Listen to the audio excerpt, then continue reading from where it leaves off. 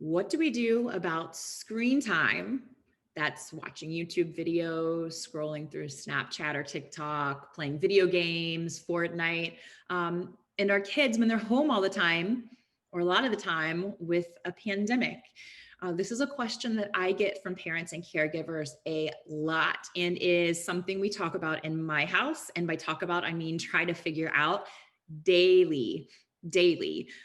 So I've compiled a little bit of research looking at what is available as far as the impacts of screen time, but also want to preface by saying that there is not a whole lot of research as far as like long-term impacts, because we've never been in a pandemic with the amount of iPads and iPhones that we have now before. So this is all kind of new territory. But want to kind of frame some things for you all, so maybe you can have a little bit of peace of mind or make some better decisions for you and your family. Also want to say and preface by saying that there's no one right answer, that every family is different, every kid's needs are different. So take this information, put it together with the context of your kids and your family and what's working best for you, and then make the best decisions that you can and let go of guilt. So here is a little overview as far as screen time and our kids. So let's start with some background and then overview, and then we'll move into some recommendations from some national organizations who have done a lot of thinking and research on this. The American Academy of the Child and Adolescent Psychiatry said pre-COVID, if we're looking at how much time kids are spending on screens, 8 to 12-year-olds spend an average of 4 to 6 hours a day. And teens, of which I have 4 in my house, can spend up to 9 hours on screens. Those are averages. So now looking at the impact of screens. Impacts can include a greater emotional vulnerability, especially with times of increased stress and anxiety, like a pandemic, when teens and kids aren't able to see their friends as much. But we just need to be aware of this as parents and caregivers. We need to watch for signs of anxiety, depression, stress, and know that an increased use of technology can be related to the increase of mental health issues with kids under 18. So just be aware of that. The National Institutes of Health have also said that more than 2 hours of screens a day led to lower test scores on language and thinking tests. Again, this was collected pre-COVID. We're in new times now, but just giving you some background and some information on the research around the impact of screens. And 7 hours a day of screens, they have found, can lead to a thinning of the brain's cortex, which does impact critical thinking and reasoning, which are things that preteens and teens can be struggling with to begin with, because their brains are developing. So thinking about the potential impacts of screens. The American Academy of Pediatrics, when looking at guidelines, they don't specify maximum recommended screen times, but they do say under 2, no screens. Don't feel bad. In our house, we have, 2 educator parents and a 19-month-old, and she does get screen time, sometimes during the day, because that's what works for our family. But that is their recommendation.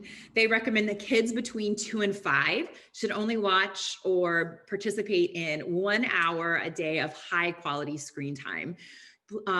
Know that there's no one size fits all for screen time. Some is very active and engaging, and some is more passive and not educational. So they are talking about high quality screen time, and that those over 6 should have consistent limits. They do not tell us what those limits are, but they say they should have consistent limits.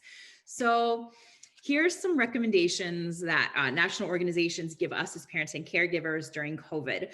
First of all, they say that parents and caregivers need to cut themselves some slack Right now, there is so much stress, so much anxiety, so much unknown with what's happening across the world, just with the pandemic, everything being shut down, so much focus and conversation on what's happening to the Black and Brown people in our lives. There is a lot going on. And if our kids are on screens a little bit more than normal, we need to cut ourselves some slack because we are doing the best that we can. So we need to examine our own actions as caregivers. What are we modeling for our kids? Do we have our phones at the dinner table?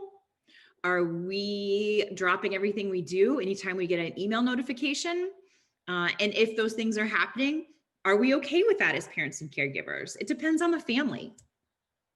Know that not all screen time is equal. There's a difference between scrolling through Snapchat and TikTok and watching videos of puppets dancing and being silly for hours at a time versus engaging in something that might be more educational, more active, or especially during the pandemic when our kids aren't able to see their friends.